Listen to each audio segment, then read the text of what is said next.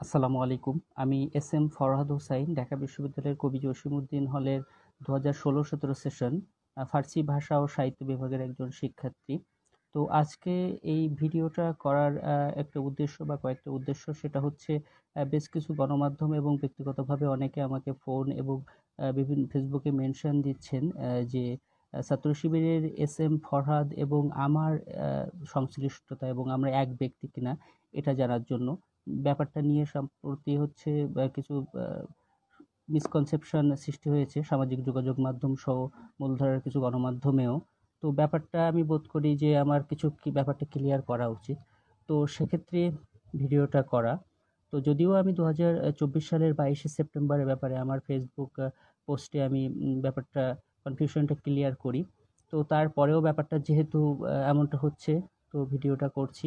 সেটা হচ্ছে ছাত্র শিবিরের এস.এম. ফরহাদ এবং আমি ব্যক্তি এক নয়। আমার বাসা সাতক্ষীরা, ওর বাসা চট্টগ্রাম। আমি ২০১৬-১৭ সেশনের ছাত্র, ও ২০১৭-১৮ সেশনের, এবং আমার বিভাগ তো ফার্সি ভাষা ও সাহিত্য, এবং ওর হচ্ছে সমাজ কল্যাণ ও গবেষণা ইনস্টিটিউটের ছাত্র সে।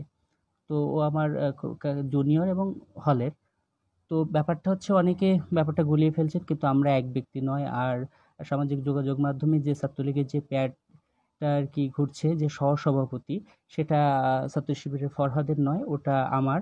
এবং অনেকেই জানতে চেয়েছেন যে আমার ছাত্রলীগ সংশ্লিষ্টতা এবং ২০২৪-এর যে গণঅভ্যুত্থানে আমার ব্যাপারটা আপনারা জানতে চেয়েছেন। সেটা হচ্ছে আমি ২০২৪-এর যে জুলাই মাসে যে আমাদের গণঅভ্যুত্থান হয়েছে, সেখানে ২০২৪-এর যে ১৪ই জুলাই, সেখানে আমরা ছাত্রলীগের যারা ছিলাম প্যাডে, তারপরেও আমরা বিদ্রোহী হয়ে এবং একযোগে পদত্যাগ করে ১৪ তারিখ আমরা হচ্ছে আন্দোলন করি। সেখানে আমরা তুমি কে আমি কে রাজাকার রাজাকার বলে ক্যাম্পাস প্রদক্ষিণ করি, এবং রাজু ভাস্কর্যে আমাদের এটার তীব্র নিন্দা ও প্রতিবাদ জানাই তৎকালীন প্রধানমন্ত্রীকে।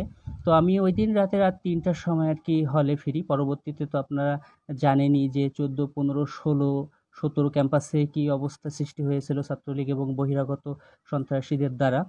তো ১৭ তারিখের পর ঢাকার বিভিন্ন জায়গায় থেকে আমি আন্দোলনে অংশগ্রহণ করি। তো ব্যাপারটা হচ্ছে ছাত্রলীগের সাথে সংশ্লিষ্টতা বা ছাত্রলীগের সহসভাপতির যে ব্যাপারটা, সেটা হচ্ছে আমার সঙ্গে, কিন্তু এস.এম. ফরহাদের সঙ্গে নয়। সেটা আগেই বলেছি। তো ডাকসুকে কেন্দ্র করে একটা রিট হয়েছে ফরহাদের বিরুদ্ধে। সেটা হতে পারে, যে কোনো মানুষ সেটা করতেই পারে, প্রার্থী করতেই পারে। কিন্তু ব্যক্তি আমার সঙ্গে তার মিশিয়ে ফেলা কিংবা তার সঙ্গে অন্যকে মিশিয়ে ফেলে কিছু করা, এটা মনে হয়